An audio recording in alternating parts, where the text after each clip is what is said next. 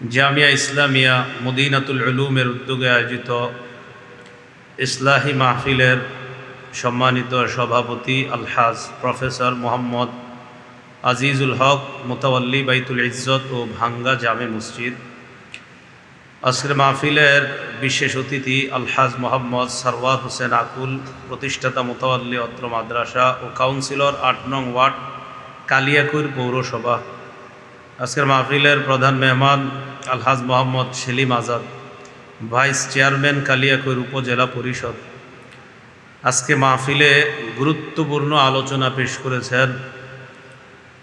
হজরতের আলোচনা শুনছিলাম আমি, আবতারের ব্যাখ্যা যখন দিচ্ছিলেন আমি সিঁড়ি দিয়ে উঠছিলাম, তখন মাওলানা কারি আব্দুর রহিম আল মাদানী হাফিজাহুল্লাহ, খতিব মধ্যবাড্ডা কেন্দ্রীয় জামে মসজিদ, তার আলোচনা আসার পরে লম্বা সময় শুনছিলাম।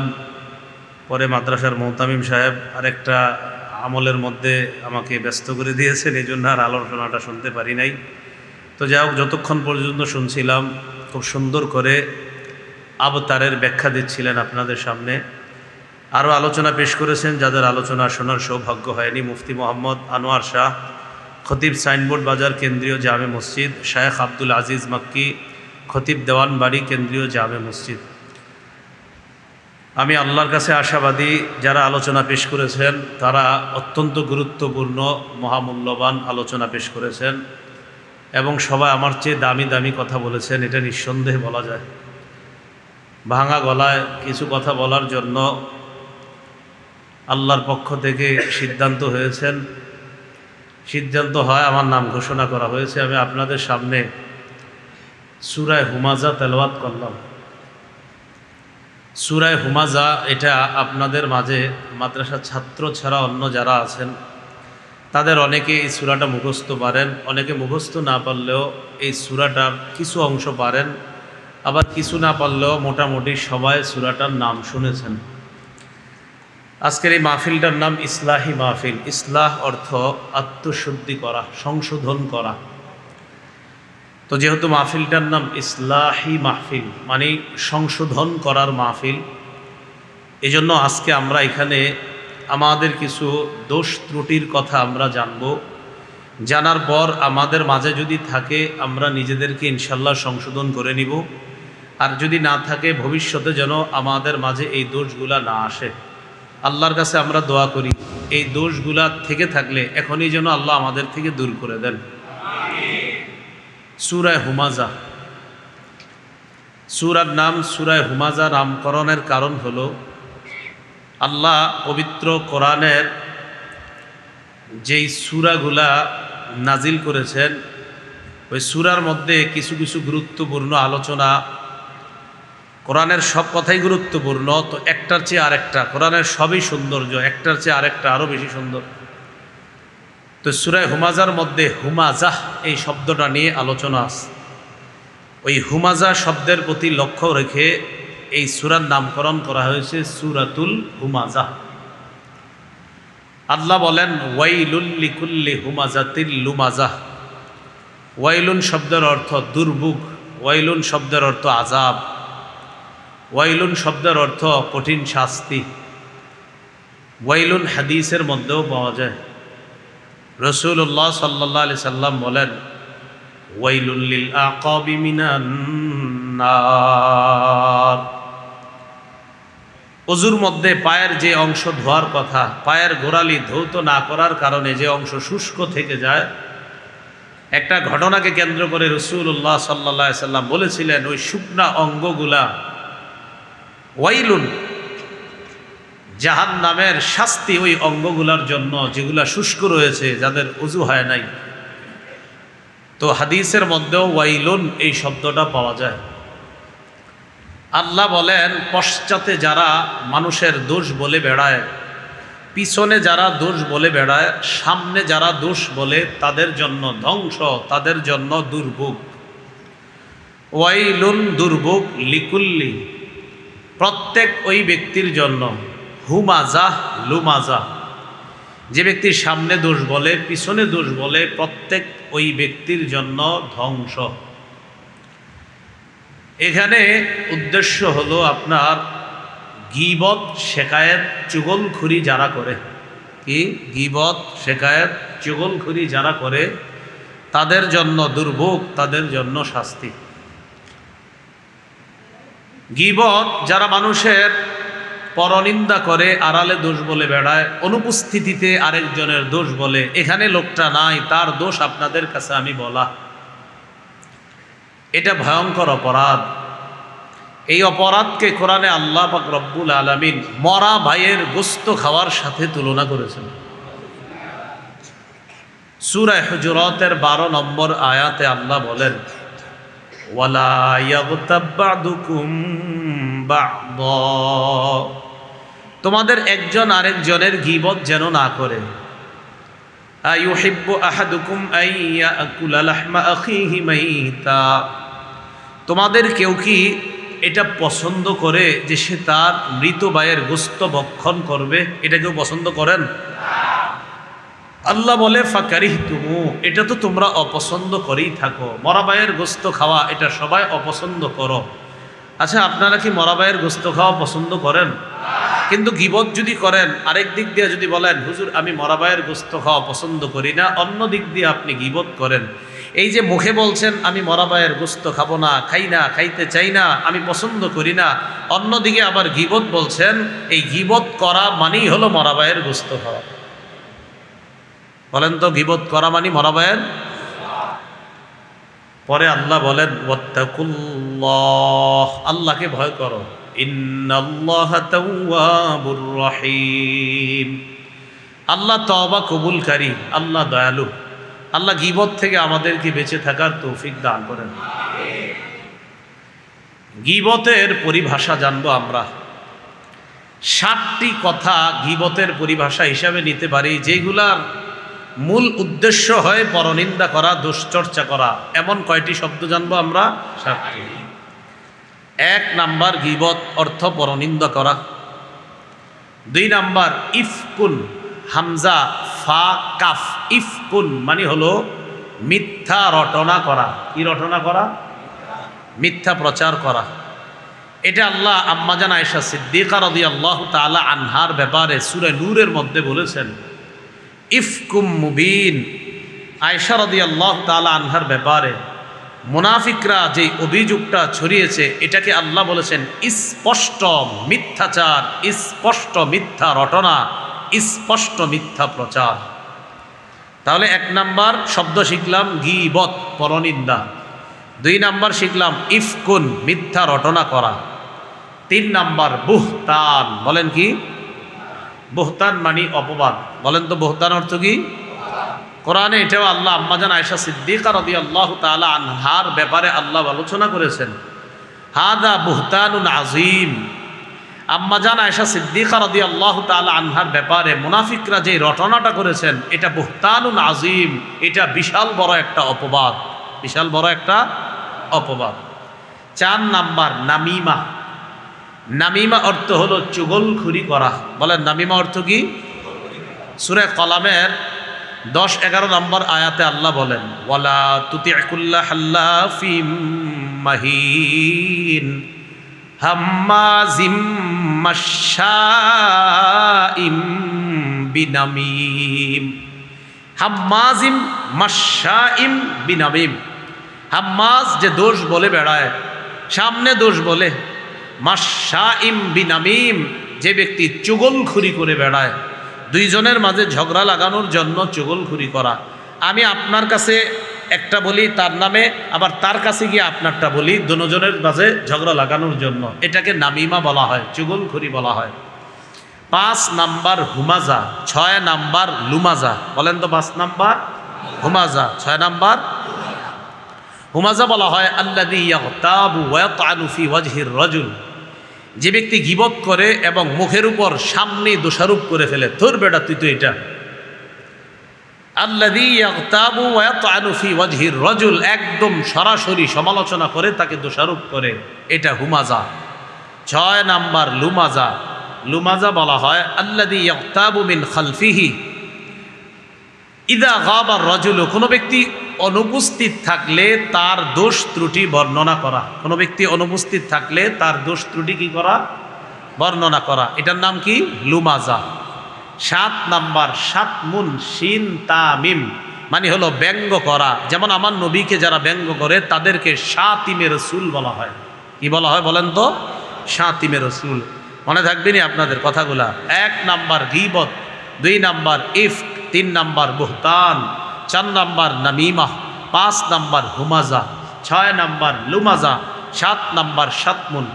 1 নম্বর গীবত অর্থ পরনিন্দা, 2 নাম্বার ইফকুন অর্থ মিথ্যা রটনা করা, 3 নম্বর বুহতান অর্থ মিথ্যা অপবাদ দেওয়া, 4 নাম্বার নামিমা অর্থ চুগলখুরি করা, 5 নাম্বার হুমাজা অর্থ সামনে মুখের উপর দোষ ত্রুটি বর্ণনা করে সমালোচনা করা, 6 নাম্বার লুমাজা অনুপস্থিতিতে কারো সমালোচনা করা, 7 নাম্বার শাতমুন মিথ্যা কথা বলে কারো নামে ব্যঙ্গ করা। এই 7টা গবেষণা করলে বের হবে এই সবগুলার মধ্যে গীবতের গন্ধ পাওয়া যায়। কিসের গন্ধ পাওয়া যায় বলেন তো? গীবত, পরনিন্দার।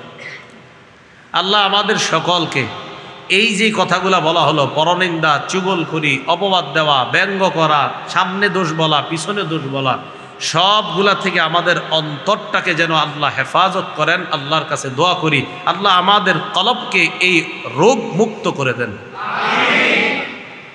গীবত কাকে বলে? তিরমিজি শরীফের 1974 নম্বর হাদিস থেকে 1934 নম্বর হাদিস থেকে আমরা গীবতের পরিচয় নিব। তিরমিজির 1934 এই হাদিস থেকে আমরা গীবতের পরিচয় জানবো। খুব মন দিয়ে শুনবো আমরা। عن أبي هريرة رضي الله تعالى عنه قال قيل يا رسول الله ما الغيبة قال ذكرك أخاك بما يكره। আবু হুরায়রা রাদিয়াল্লাহু তাআলা আনহুর বর্ণনা, রাসূলুল্লাহ সাল্লাল্লাহু আলাইহি সাল্লামকে জিজ্ঞাসা করা হলো, ওগো আল্লাহর রাসূল, গীবত কাকে বলে? নবীজি বললেন, যিকরুকা আখাকা বিমা ইয়াকরাহু, তোমার ভাই যেটা অপছন্দ করে এই বিষয়ে উল্লেখ করা। যিকরুকা তোমার উল্লেখ করা, আখাকা তোমার ভাইকে উল্লেখ করা, বিমা ইয়াকরাহু এমন বিষয়ে তার নামটা উল্লেখ করা, তার কথা বলা যেই বিষয়টা সে অপছন্দ করে। আমার ভাই আছে শফিপুরে, তার ব্যাপারে আপনাদের কাছে এমন কথা বলা যেটা সে অপছন্দ করে, এটাকে কি বলা হয়? গীবত। এখন এক সাহাবী প্রশ্ন করলেন, ক্বালা ইন কানা ফীহি মা আকুল। এক সাহাবী বললেন, ইন কানা ফি আখি মা আকুল, হুজুর আমার ভাইয়ের মধ্যে যদি ওই অপরাধটা থাকে যেটা আমি আপনারে বলছি, কথাটা বুঝছেননি? আমার ভাই অনুপস্থিত আছে, আমি তার ব্যাপারে আপনাদেরকে এমন কথা বললাম যেটা আসলেই তার মাঝে আছে, এই অপরাধটা তার মাঝে আছে। ফাকালা রাসূলুল্লাহ সাল্লাল্লাহু আলাইহি ওয়াসাল্লাম, নবীজি জবাব দিলেন, ইন কানা ফীহি মা তাকুল ফাকাদ ইগতাবতা, তোমার ভাইয়ের মাঝে যে অপরাধটা আছে এটা যদি বলো, এটাকেই গীবত বলা হয়। বলেন তো আপনারা, আপনার কোনো ভাইয়ের ব্যাপারে এমন কথা বলা যেটা আসলে আপনার ভাই ওই অপরাধটা করে, এটা বলাকে কি বলা হয়? ওয়া ইল্লাম ইয়াকুন ফীহি মা তাকুলু ফাকাদ বাহাত্তা, আর তুমি যেই কথাটা বললা, যেই সমালোচনা করলা, এই সমালোচনার যদি তার মাঝে না থাকে, তুমি যেই বিষয়ে সমালোচনা করলা এটা যদি তার মাঝে না থাকে, ফাকাদ বাহাত্তা, তাহলে তুমি তার নামে মিথ্যা অপবাদ দিলা। তাহলে বলেন তো, আমি যেই বিষয়ে আপনাদেরকে কারো ব্যাপারে সমালোচনা করব, এটা তার মাঝে থাকলে, না থাকলে অপবাদ। মাশাআল্লাহ, থাকলে, না থাকলে অপবাদ। তাহলে গীবতের পরিচয় আমরা জানলাম। মন দিয়ে শুনেন শেষ পর্যন্ত, অনেকের মনে এসে গেছে, হুজুর আপনারা এক হুজুর আরেক হুজুরে ধুয়া দেন, আসবে কিন্তু। তো এইগুলা সব জবাব শেষ পর্যন্ত না শুনলে, খালি আপনাদের অনেকের মনে আসতেছে এই ওইটা একটু জিগেই দেখবেন, শেষ পর্যন্ত শুনলে আর জিজ্ঞেস করা লাগবে না ইনশাআল্লাহ। তাহলে অপরাধ থাকলে গীবত, না থাকলে অপবাদ। গীবতের মাধ্যম আমরা কয় মাধ্যমে গীবত করি এখন জানব। আমরা প্রধানত 4টি মাধ্যমে গীবত করে থাকি। কয় মাধ্যমে? 4টি মাধ্যমে। প্রথমে মুখস্থ করাবো আপনাদেরকে, এরপরে প্রত্যেকটার ব্যাখ্যা দিব আমরা। 1 নম্বর আল গীবাতু বিল লিসান, জিহ্বা দিয়ে গীবত। বলেন কি দিয়ে? মানে মুখ দিয়ে, জবান দিয়ে। 2 নাম্বার আল গীবাতু বিল কলব, কলব দিয়ে গীবত। তাহলে 1 নাম্বার, 2 নাম্বার, 3 নাম্বার আল গীবাতু বিল ইশারা, ইঙ্গিতে গীবত। 4 নাম্বার আল গীবাতু বিল কিতাবা, লেখার মাধ্যমে গীবত। ফেসবুক ব্যবহারকারীরা মন দিয়ে শুনেন। 1 নাম্বার আল গীবাতু বিল লিসান, জিহ্বা দিয়ে গীবত। 2 নাম্বার আল গীবাতু বিল কলব, কলব দিয়ে গীবত। 3 নাম্বার আল গীবাতু বিল ইশারা, ইঙ্গিতে গীবত। 4 নাম্বার আল গীবাতু বিল কিতাবা, লেখার মাধ্যমে গীবত। এবার আমি বলবো, আপনারা জবাব দিবেন। 1 নম্বর, 2 নম্বর, 3 নাম্বার, 4 নাম্বার লেখার মাধ্যমে। 1 নাম্বার জিহ্বার মাধ্যমে গীবত, এটা বড় ভয়ঙ্কর অপরাধ। আপনি জানেনও না এই অনর্থক গীবতের কারণে জাহান্নামে এত পরিমাণ গভীরে যেতে হতে পারে। এই পৃথিবীর পূর্ব পশ্চিম যতটা দূরত্ব জাহান্নামের এই পরিমাণ গভীরতায় শুধু একটা অনর্থক গীবত আপনাকে নিয়ে যেতে পারে। সহিহ বুখারীর বর্ণনা 6477 নম্বর হাদিস। এই হাদিসের মধ্যে আছে ক্বালা রাসূলুল্লাহ সাল্লাল্লাহু আলাইহি ওয়াসাল্লাম ইন্নাল আবদা লা ইয়াতাকাল্লামু বিল কালিমাহ মা ইয়াতাবায়্যানু ফিহা ইয়াজিল্লু বিহা ফিন্নার আবআদ মিম্মা বাইনাল মাশরিক। রাসূলুল্লাহ সাল্লাল্লাহু আলাইহি সাল্লাম বলেন, মানুষ মাঝে মাঝে কথা বলে পরিণাম চিন্তা না করে। বলেন, মানুষ মাঝে মাঝে কথা বলে, এই কথার পরিণাম চিন্তা না করে, মানে চিন্তা করে না এটা যে বললাম এটার পরিণতি কি হইতে পারে। এটা বলার পর এই যে পরিণতি চিন্তা না করে বলে ফেললো, ইয়াজিল্লু বিহা ফিন্নার, সে জাহান্নামে যাবে। আবাদা মিম্মা বাইনাল মাশরিক, সূর্য যেই দিক দিয়ে উদিত হয়, এর মানে বুঝাইছে যে পূর্ব আর পশ্চিমের দূরত্ব যত বড়, এই একটা কথার কারণে জাহান্নামের এই পরিমাণ গভীরতায় শুধু চিন্তা ছাড়া একটা অনর্থক কথা তাকে এই পরিমাণ গভীরতার মধ্যে নিয়ে যেতে পারে। কয়টা কথা? আমরা কত গীবত করি, একটা না, অসংখ্য অগণিত গীবত। সহিহ বুখারীর 6478 নম্বর হাদিসের বর্ণনা। ক্বালা রাসূলুল্লাহ সাল্লাল্লাহু আলাইহি ওয়াসাল্লাম ইন্নাল আবদা লা ইয়াতাকাল্লামু বিল কালিমাতি মিন সাখাতিল্লাহ লা ইলকি লাহা বালা ইয়াহবি বিহা ফি জাহান্নাম। রাসূলুল্লাহ সাল্লাল্লাহু আলাইহি সাল্লাম বলেন, মানুষ মাঝে মাঝে চিন্তা না করে এমন কথা বলে, লা ইলকি লাহা বালা, মানুষ চিন্তাও করে না, আল্লাহর অসন্তুষ্টিমূলক এমন কথা বলে যেই কথায় যে আল্লাহ অসন্তুষ্টি হয় এটা চিন্তাও করে না। ইয়াহবি বিহা ফি জাহান্নাম, এই কথার কারণে সে জাহান্নামে যাবে। বলেন নাউজুবিল্লাহ। তাহলে এখন থেকে আমরা ইনশাআল্লাহ আমাদের এই জিহ্বাটা বুঝে শুনে চিন্তা করে ব্যবহার করব, ঠিক আছে না ইনশাআল্লাহ? অনর্থক কোনো কাজে আমরা এই জিহ্বা ব্যবহার করব না। জিহ্বা খুলবো তো সুবহানাল্লাহ, জিহ্বা খুলবো তো আলহামদুলিল্লাহ, মুখ খুলবো তো আল্লাহু আকবার, মুখ খুলবো তো লা ইলাহা ইল্লাল্লাহ, এইগুলা খুলবো না তো মুখ বন্ধ রাখবো। তো কি করব? মনে মনে আল্লাহকে স্মরণ করব, কাজ নাই ঘুমিয়ে যাব, কিন্তু অনর্থক কোনো কাজে আমার এই জবানকে আমি ব্যবহার করব না। তাহলে 1 নাম্বার গীবত কি দিয়ে? জিহ্বা দিয়ে। অনর্থক একটা গীবত আমাকে কি পরিমাণ দূরত্বে জাহান্নামে নিতে পারে? পূর্ব পশ্চিম যত, এই পরিমাণ। আল্লাহ হেফাজত করেন। গীবতের দ্বিতীয় মাধ্যমটা কি? কল, আল গীবাতু বিল কল। ইবনে হাজার হাইতামি রহমতুল্লাহি আলাইহি বলেন, আল গীবাতু বিল কল হিয়া আন তাজুন্না বিহি সুআ। কলবের গীবত হলো তুমি কারো ব্যাপারে খারাপ ধারণা করা। বলেন, কলবের গীবত, কলব দিয়ে কারো ব্যাপারে কি ধারণা করা? বলেন তো, কলবের গীবত কাকে বলে? কলব দিয়ে কারো ব্যাপারে খারাপ ধারণা করা। এইবার আপনারা বলেন, কলবের গীবত কাকে বলে? এটা নিষেধ। সূরা হুজুরাতের 12 নম্বর আয়াতে আল্লাহ বলেন, ইয়া আইয়ুহাল্লাযীনা আমানু ইজতানিবু কাসীরাম মিনাজ-যন, হে ঈমানদারগণ, ইজতানিবু, তোমরা বেঁচে থাকো, কাসীরাম মিনাজ জন, বেশি অনুমান করা থেকে বেঁচে থাকো, বেশি ধারণা করা থেকে বেঁচে থাকো, কারো ব্যাপারে আজাইরা সন্দেহ করা থেকে বেঁচে থাকো। এই লোকটা মনে এমন, আন্দাজে আপনি কি দরকার আছে হেরে নিয়ে এটা বাবা। ইন্না বা'দাজ জন্নি ইসমুন, আল্লাহ বলেন কিছু কিছু ধারণা গুনাহ। ওয়ালা তাজাসসু, কারো পিছনে সেইডিগিরি করবা না, কারো পিছনে গোপনে তার দোষ অনুসন্ধানে লেগে যেও না। তাহলে বলেন তো, ধারণা কলব দিয়ে করা এই নিষেধটা করেছেন কে? আল্লাহ। এই কলব দিয়ে কারো ব্যাপারে খারাপ ধারণা করা, এটা কলবের গীবত। ইবনে হাজার হাইতামি বলেন, কলবের গীবত হলো কলব দিয়ে কারো ব্যাপারে অনর্থক খারাপ ধারণা করা। এখন ধারণা তো এসে যেতেই পারে, কারণ কলবের নিয়ন্ত্রণ তো আমার হাতে না, ধারণা আসতেই পারে। আসলে কি করবেন? আসলে মুখ দিয়ে বের করেন না, যখন এসে যাবে তখন আস্তাগফিরুল্লাহ পড়েন, ওয়া আতুবু ইলাইহি, লা হাওলা ওয়ালা কুওয়াতা ইল্লা বিল্লাহ। পারবেন না ইনশাআল্লাহ?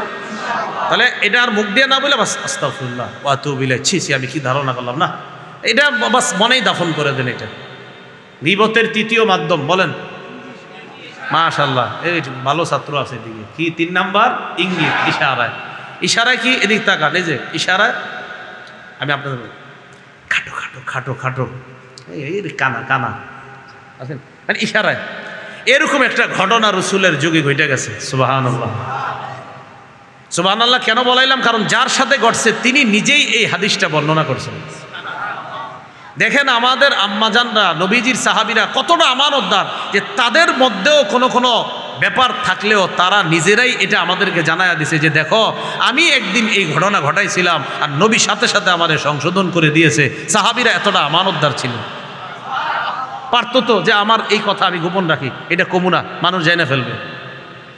নবীজির বিবি আম্মাজান আয়েশা সিদ্দিকা রাদিয়াল্লাহু তাআলা আনহার বর্ণনা, কিতাবের নাম মুসনাদে আহমদ, 25708 নম্বর হাদিস। এই হাদিসের মধ্যে আসছে, আম্মাজান আয়েশা সিদ্দিকা রাদিয়াল্লাহু তাআলা আনহা বলেন, দাখালাত ইমরাআতুন কাসীরাতুন ইলান নবী সাল্লাল্লাহু আলাইহি ওয়াসাল্লাম ফাকুলতু বিইবহামিহা কাযা ওয়া আশারতু ইলান নবী সাল্লাল্লাহু আলাইহি ওয়াসাল্লাম আন্নাহা কাসীরা। একজন খাটো মহিলা রাসূলুল্লাহ সাল্লাল্লাহু আলাইহি সাল্লামের দরবারে আসলেন, একজন খাটো মহিলা। তো আম্মাজান আয়েশা সিদ্দিকা রাদিয়াল্লাহু তাআলা আনহা অনেক লম্বা ছিলেন দেখতে, তো তিনি তার তুলনায় একজন খাটো মহিলা আসছে নবীজির দরবারে। আম্মাজান বলেন, আমি হাত দিয়া ইঙ্গিত কইরা নবীজিরে দেখায় দিলাম, হে আল্লাহ রসুল দেখেন দেখেন, খাটো খাটো, এভাবে দেখায় দিলাম, হে আল্লাহ রসুল দেখেন দেখেন, মানে ইশারায়। আল্লাহ রসুলকে ইশারায় এইভাবে বললাম, মানে মুখে বলে নাই, ইশারায়। নবীজি সাথে সাথে আমাকে বললেন, আয়েশা ইগতাবতিহা, তুমি গীবত করছো। দেখছেন আমাদের নবীও কেমন শিক্ষক ছিলেন দেখেন।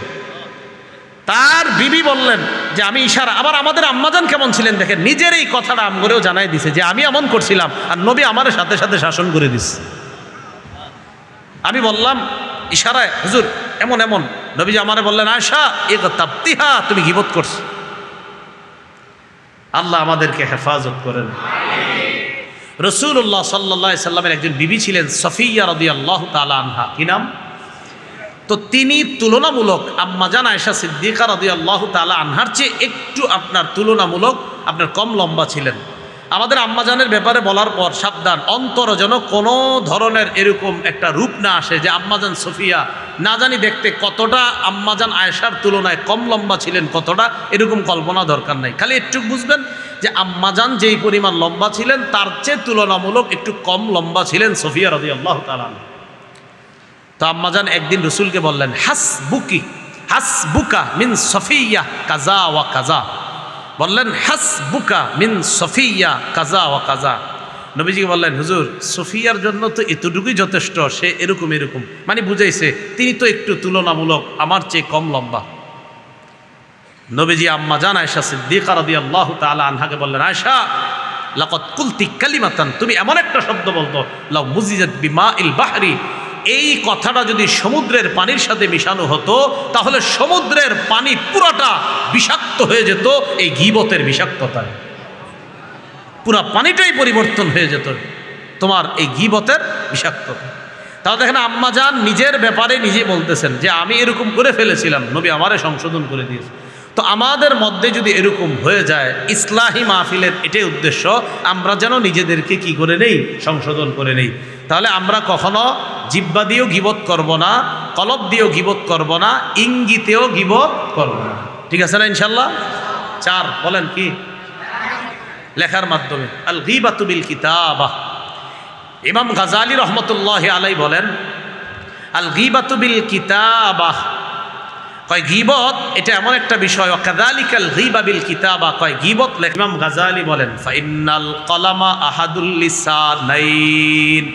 ইমাম গাজালি বলেন কলম হলো 2 ভাষার এক ভাষা। বলেন কলম 2 ভাষার।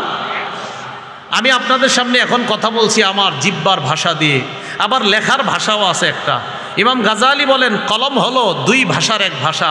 মানুষ একটা ভাষা বলে জিহ্বা দিয়ে, আরেকটা ভাষা মানুষ বলে কলম দিয়ে। যেই মানুষ জিহ্বা দিয়ে কারো গীবত বলে এটা হবে জিহ্বার গীবত, ঠিক সেই কথাটা যদি কলমে লেখে এটা হবে তার লেখার গীবত। কিসের গীবত হবে?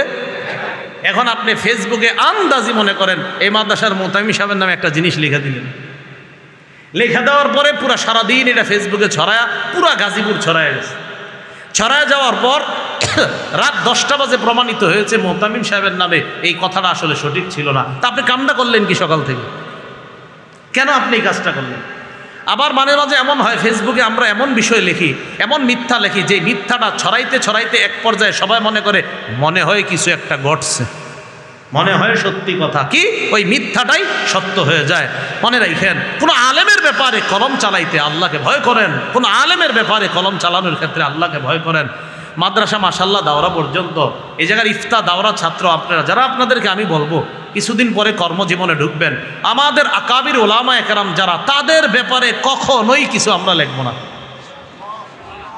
তাদের ব্যাপারে আপনি কেন কলম চালাবেন? 60 বছরের কোনো আকাবির হজরত কিছু বললে তার ব্যাপারে কথা বলবে আরেক 60 বছরের আলেম, আপনি না। 60 বছরের কোনো আলেম উনি যদি কোনো বিষয়, তার কোনো বিষয় যদি মনে হয় এটা সঠিক হয় না, তার বিষয়ে কথা বলবে তার সমপর্যায়ের অন্য আলেমরা। আরে আমি আপনি কেন তার বিষয়ে কথা বলবো? এই জন্য রসুলের একটা হাদিস আমরা মনে রাখবো, সহিহ ইবনে হিব্বানের 559 নম্বর হাদিস, আব্দুল্লাহ ইবনে আব্বাসের বর্ণনা। তিনি বলেন قال رسول الله صلى الله عليه وسلم البركة مع أكابركم। রাসূলুল্লাহ সাল্লাল্লাহু আলাইহি সাল্লাম বলেন তোমাদের আকাবির, তোমাদের বড় বড় যারা উলামায়ে কেরাম, তাদের সাথেই তোমাদের বরকত, তাদের সাথে তোমাদের বরকত। আস-সিলসিলাতুস সহিহা 2 নম্বর খণ্ড 310 নম্বর পৃষ্ঠা। এই জায়গায় আব্দুল্লাহ ইবনে মাসউদ রাদিয়াল্লাহু তাআলা আনহুর বর্ণনা। তিনি বলেন লা ইয়াজালুন নাসু বিখাইরিন মা আখাযুল ইলমা আন আকাবিরিহিম। আব্দুল্লাহ ইবনে মাসউদ বলেন মানুষ যতক্ষণ তাদের বড়দের থেকে বিদ্যা নিবে ততক্ষণ মানুষ কল্যাণের মাঝে থাকবে।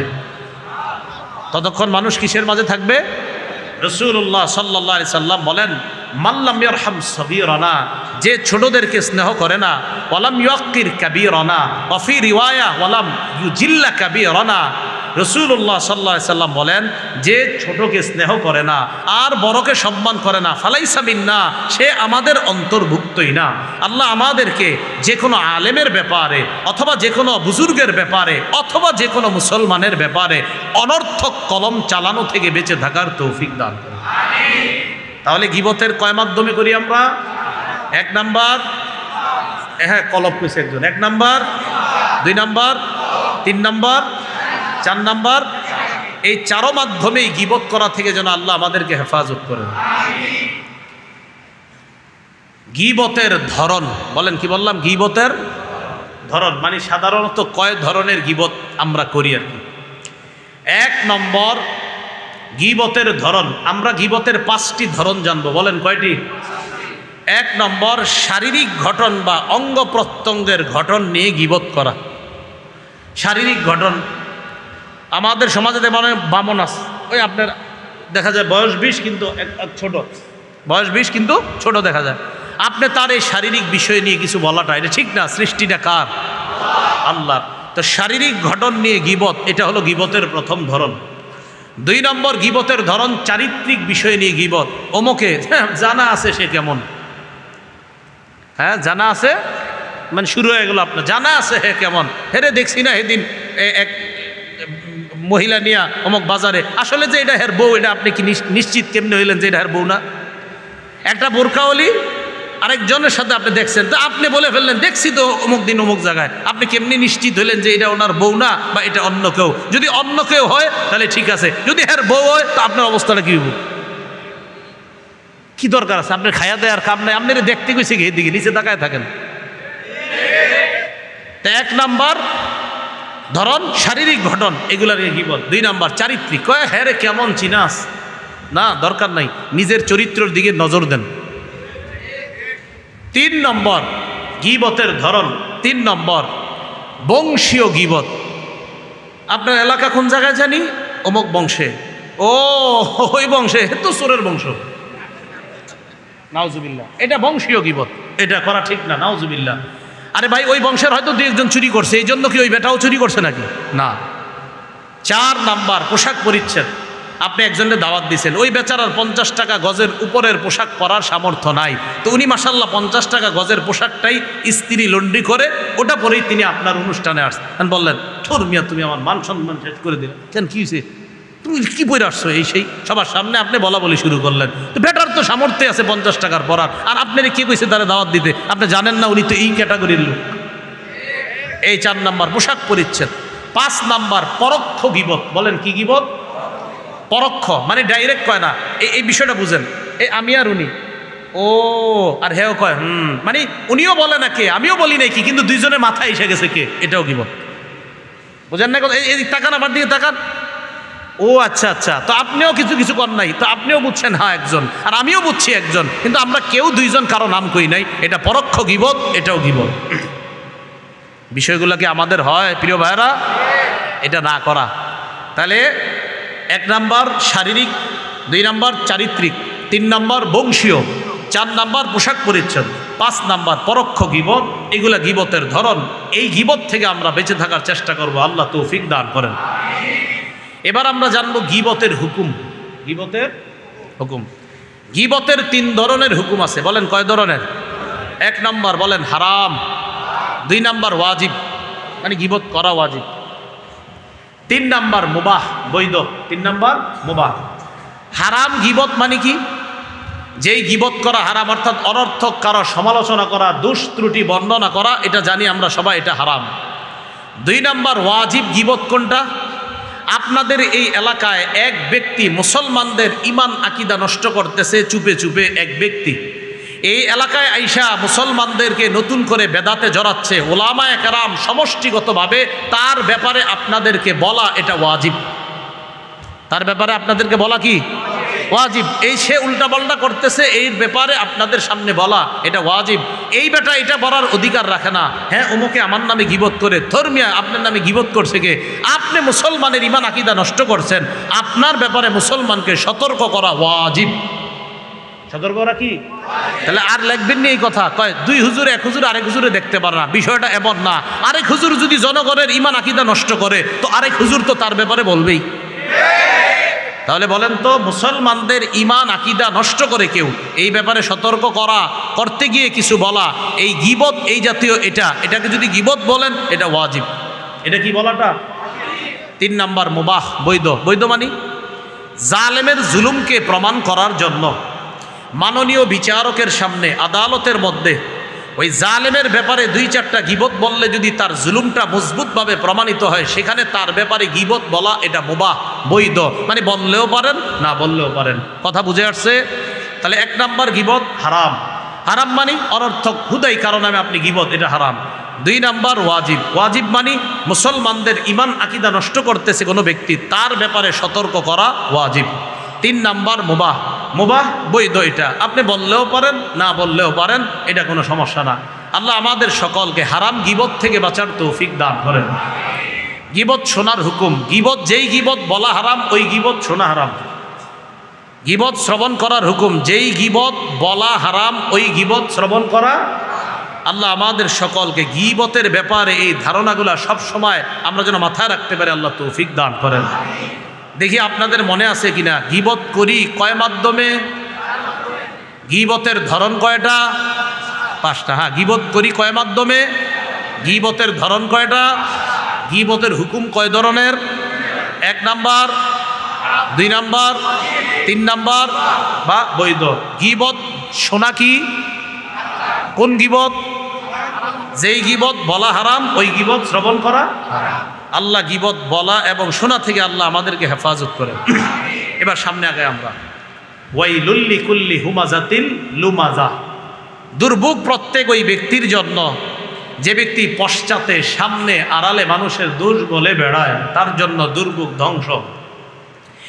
এরপরে আল্লাহ বলেন, আল্লাযী জামাআ মালাহু ওয়া আদ্দাদা, যে ব্যক্তি সম্পদ জমা করে, ওয়াদ্দাদা বারবার গুনে গুনে দেখে। এটা বুঝেননি? টাকা 100 বার গনে, ঠিক আছে নি, না 2-1টা কম হইল কিনা। যে ব্যক্তি সম্পদ জমা করে আর বারবার গুনে গুনে দেখে, ওয়াদ্দাদা বারবার গুনে।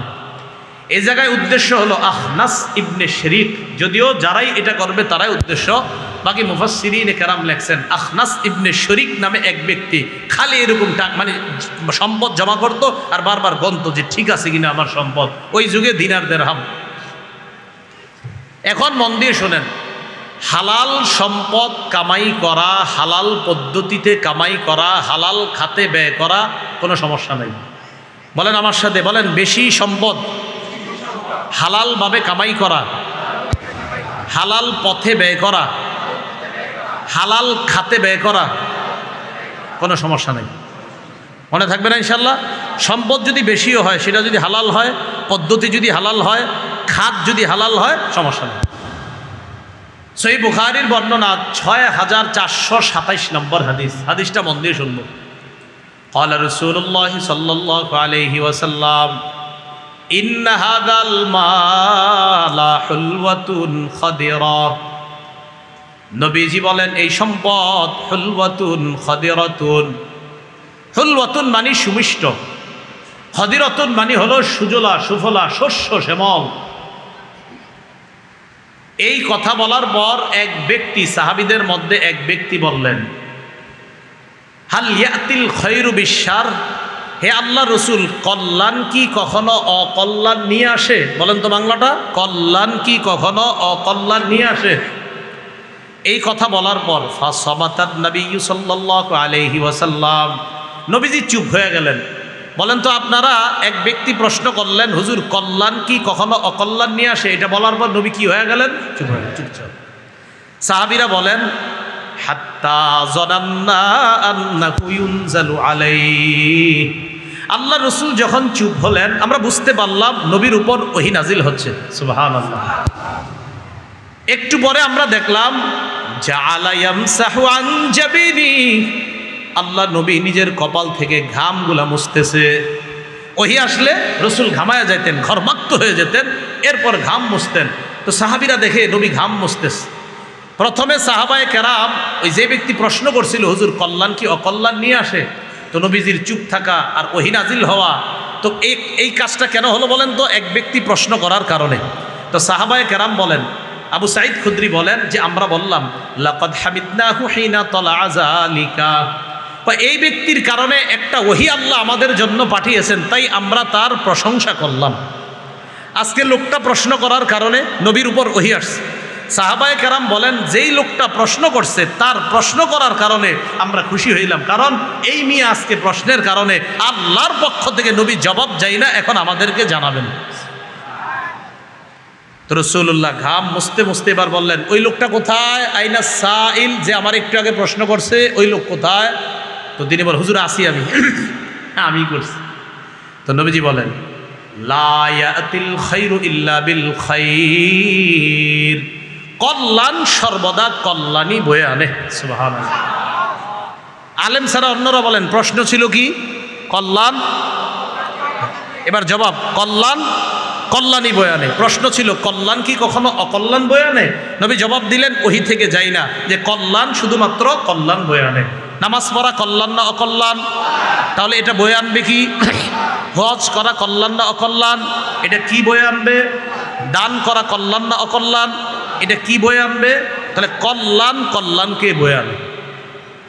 এরপরে রাসূলুল্লাহ সাল্লাল্লাহু আলাইহি সাল্লাম বলেন, ইন্না হাদাল মালা হুলওয়াতুন খাদিরা, দুনিয়ার মধ্যে যত সম্পদ দেখো তোমরা, এই সম্পদ হলো সুমিষ্ট, খাদিরাতুন সবুজ শ্যামল। নবীজি বলেন, ওয়া ইন্না কুল্লামা আমবাতার রাবিউ ইয়াকতুলু হাবাতান আও ইউলিমু ইল্লা আকিলাতাল খাদিরা আকালাত হাত্তা ইদাম তাদ্দাত খাসিরাতাহা ইস্তাকবালাতিশ শামসা ফাজতাররাত ওয়া সালিতাত ওয়া বালাত সুম্মা আদাত ফাআকালাত। রাসূলুল্লাহ সাল্লাল্লাহু আলাইহি সাল্লাম বলেন, বসন্ত যেই সবজি উৎপন্ন করে, বসন্ত যেই শাক সবজি ঘাস উৎপন্ন করে, ওই শাক সবজি আর ঘাস খেয়ে কিছু প্রাণী এত খায়, খাইতে খাইতে এটার মধ্যে বিষাক্ত কোনো পোকামাকড় আছে কিনা খেয়াল করে না, খালি খায়, খাইতে খাইতে ইয়াকুতুলু হাবাতান আও ইউলিম্মু, এত পরিমাণ খায় ওই খাদ্যটা তাকে হত্যা করে অথবা হত্যার কাছাকাছি নিয়ে যায়। কিছু কিছু খাদ্য ওই প্রাণীটা এত খায়। হাবাতন শব্দের অর্থ, ছাত্র ভাইয়েরা এখানে আছেন, হাবাতন অর্থ হলো খাইতে খাইতে পেট ফুলে যাওয়া, খাইতে খাইতে পেট ফুলে যাওয়া। তো এত পরিমাণ খায়, খাওয়ার পর ইয়াকতুলু হাবাত, তখন বেশি খাওয়ার কারণে এই খাদ্যটা তাকে হত্যা করে অথবা হত্যার কাছাকাছি নিয়ে যায়। নবী বললেন, ইল্লা আকিলাতিল খাদিরা, হ্যাঁ সবুজ যেই ঘাসগুলা প্রাণী খায়, ভালো ভালো ঘাসগুলা যেই প্রাণী খায়, ভালো ভালো সবজি ইত্যাদি যদি কোনো প্রাণী খায়, আপনার কোনো জিনিস প্রাণীটা খাইলো, খাওয়ার পর এই প্রাণীটা খাওয়ার পর আকালাত হাত্তা ইদাম তাদ্দাত খাসিরাতাহা, খাইতে খাইতে তার পেট ভরার পর ইস্তাকবালাতি শামসা, সূর্যের দিকে সে হয়, সূর্যমুখী হওয়ার পর ফাজতাররাত, জাবর কাটে। গরু মাঝে মাঝে দেখবেন ঘুমায়ও মুখ লড়ায়, আসলে ভিতরের খাবারগুলা মুখে আইনা জিহ্বায় নাড়াইতে থাকে, এটাকে বলা হয় জাবর কাটা। কি বলা হয়? জাবর কাটা। তো প্রাণী সূর্যমুখী হওয়ার পর জাবর কাটে, কাইটা দেখবেন বিশাল বড় একটা ঢেকুর সারে, মানে শেষ, খালাস। এরপরে ওয়া সালিতাত ওয়া বালাত, প্রস্রাব পায়খানা করার পর সুম্মা আদাত ফাআকালাত, আবার আসে আবার খায়। এর মানে আবার আসে আবার খায়, আবার হজম করে, আবার আপনার প্রস্রাব পায়খানা করে, আবার আসে আবার খায়। বলেন তো দুই প্রাণীর মধ্যে যে হজম করতে পারলো সে সফল, আর যে হজম করতে পারলো না সে ব্যর্থ হয়ে গেল। আল্লাহ রাসূল সাল্লাল্লাহু আলাইহি সাল্লাম বলেন, তোমাদের দৃষ্টান্ত ঠিক এমন। নবীজি সাল্লাল্লাহু আলাইহি সাল্লাম বলেন, এই যে দুনিয়ার মালের উপমা তোমাদেরকে দিলাম, মান আখাযাহু বিহাক্কিহি ওয়া ওয়াদাআহু ফি হাক্কিহি ফানি'মাল মাউনাতু হিয়া, যেই ব্যক্তি এই সম্পদ সঠিকভাবে আয় করলো আর সঠিক খাতে ব্যয় করলো, এটা কতই না উত্তম ব্যয়। আমি নবী তার এই ব্যয়টাকে উত্তম শ্রেষ্ঠ ব্যয় হিসেবে ঘোষণা করলাম। তাহলে বলেন তো, হালাল খাতে, হালাল পন্থায় আয়, হালাল খাতে ব্যয়। তো নবীজি বলেন, হালালভাবে যে সম্পদ উপার্জন করবে আর হালাল খাতে যে ব্যয় করবে, ফানি'মাল মাউনাতু হিয়া, এটা কতই না চমৎকার খরচ, কতই না উত্তম খরচ। বিপরীতে কি বলে দেখেন, ওয়ামান আখাযাহু বিগাইরি হাক্কিহি, কেউ যদি অন্যায়ভাবে এই সম্পদ গ্রহণ করে, সেই ব্যক্তি তার মতো হবে কানা কাল্লাযী ইয়াকুলু ওয়া লা ইয়াশবা, সে তার মতো যে খায় কিন্তু পরিতৃপ্ত হয় না, সে তার মতো যে খায় কিন্তু কি হয় না, পরিতৃপ্ত হয় না। আমাদের মাঝে কিছু মানুষ আছে এমন, আমার সম্পদ হালালভাবে আসুক আর হারামভাবে আসুক, আসতে থাক, আইলেই হয়, কি এটা হালাল টাকা না হারাম টাকা, সমস্যা নাই, আসুক।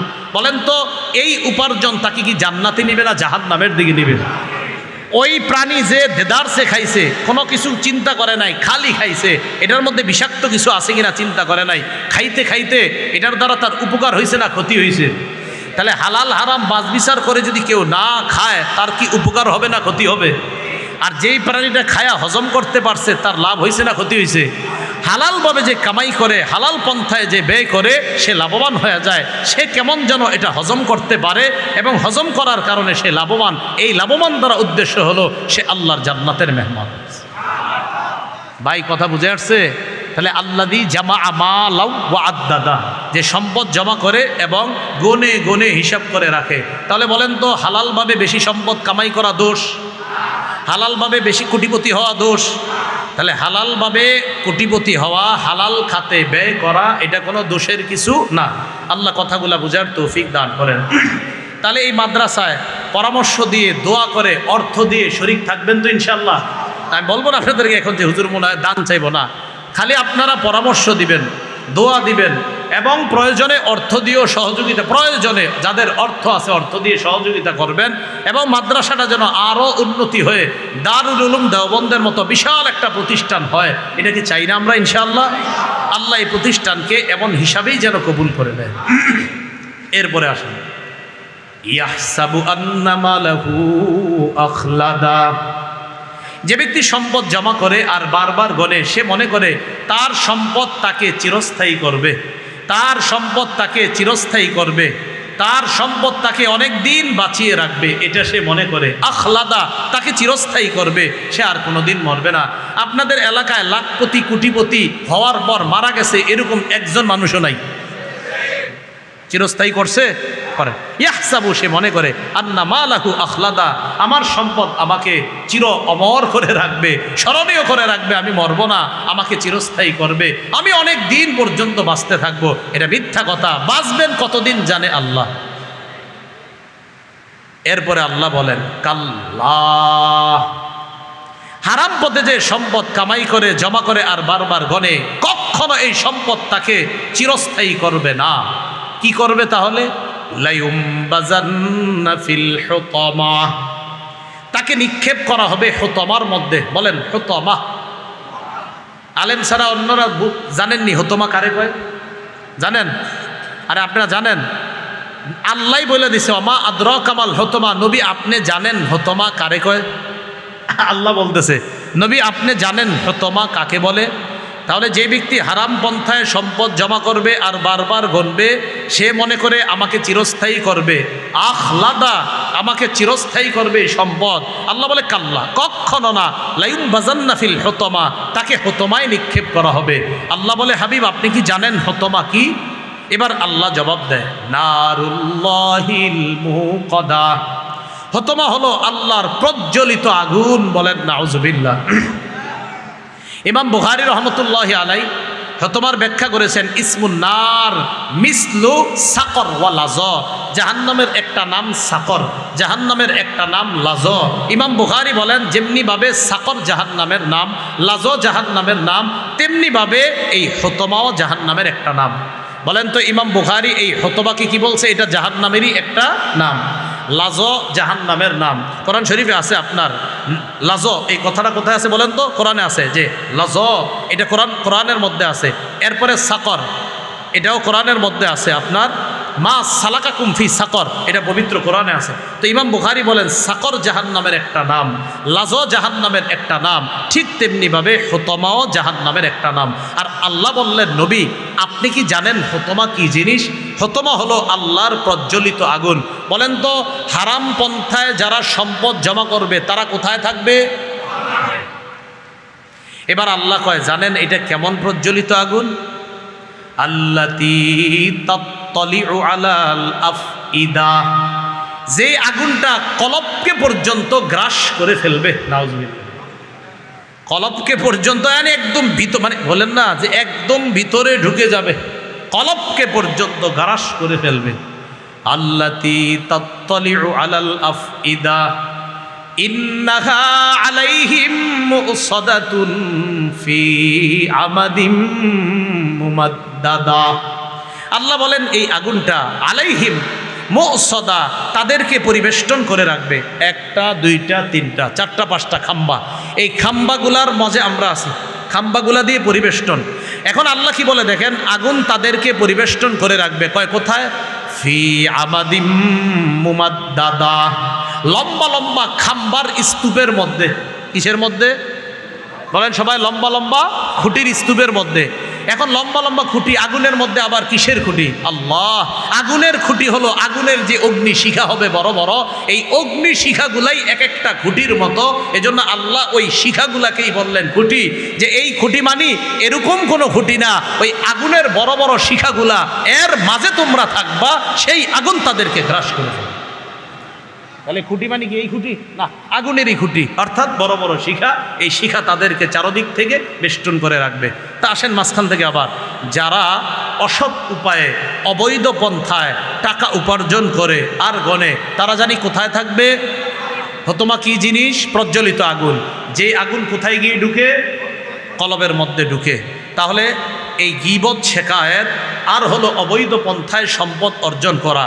সূরা হুমাজা থেকে আমরা প্রধান দুইটা বিষয় জানলাম। একটা হলো গীবত শেখায়েত করা যাবে না, আর এটার অনুগুণ কিন্তু অনেকগুলো জানছি। চুগলখড়ি করা যাবে না, অপবাদ দেওয়া যাবে না, পিছনে দোষ বলা যাবে না, সামনে দোষ বলা যাবে না। আর আরেকটা জানলাম, হারাম পন্থায় সম্পদ জমা করা যাবে না। কথাগুলো মনে থাকবে না ইনশাআল্লাহ।